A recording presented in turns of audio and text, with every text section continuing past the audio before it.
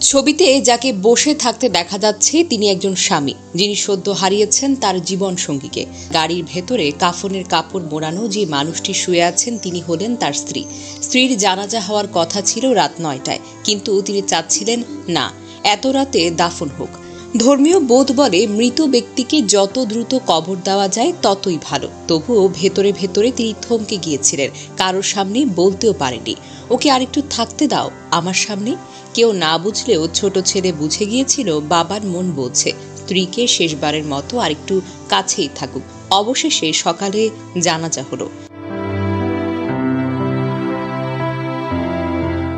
দাফন হওয়ার আগে ছেলে, মেয়ে, নাতি, নাতনি, আত্মীয় স্বজন সবাই ব্যস্ত হয়ে পড়লেন নিজেদের পরিবার, দায়িত্ব ও বাস্তবতা নিয়ে। কিন্তু তিনি রয়ে গেলেন স্ত্রীর কাফনের পাশে, একা, চুপচাপ স্থির হয়ে বসে আছেন। বারবার গাড়ির দিকে তাকাচ্ছেন, মনে হচ্ছে যেন বলছেন, আমি আছি, তুমি একা নাও। একজন এগিয়ে এসে বললেন, কিছু একটা খান, আপনি খুব দুর্বল হয়ে পড়েছেন। কিন্তু তার কণ্ঠে ভেসে আসে নিঃস্বার্থ ভালোবাসার নীরব ব্যাখ্যা। আমার বিগত দিনগুলোতে কতদিন না খেয়ে কাটিয়েছি, না ঘুমিয়ে কাটিয়েছি, আজ না খেলে কি হবে?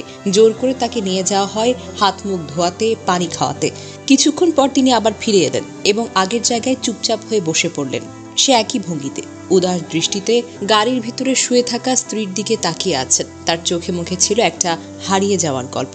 এই গল্পটা কেবল একজন স্ত্রীর মৃত্যু নয়, এটি স্বামীর নিঃশব্দ ভালোবাসা, নিঃস্বার্থ পরিস্থিতি আর গভীর মানবিকতার এক অমলিন উদাহরণ, যেখানে মৃত্যু এসে সম্পর্কের দড়ি কাটেনি, বরং ভালোবাসাকে আরো দৃঢ় করে তুলেছে।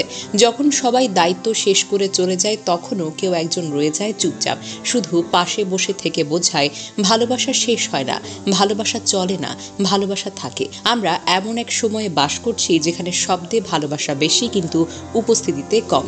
এই মানুষটি আমাদের শিখিয়ে গেলেন, ভালোবাসা মানে কখনো কখনো চুপচাপ বসে থাকা, শুধু পাশে থাকা, কোনো কিছু না বলেও সব বলে দেওয়া। এই গল্পটা যেন আমাদের চোখে জল এনে দেয়, আর আমাদের মনে করিয়ে দেয় ভালোবাসা কখনো হারায় না, ভালোবাসা থেকে যায়। যারা সত্যিকার অর্থে ভালোবাসে তারা চলে যাওয়ার পরেও পাশে থাকে।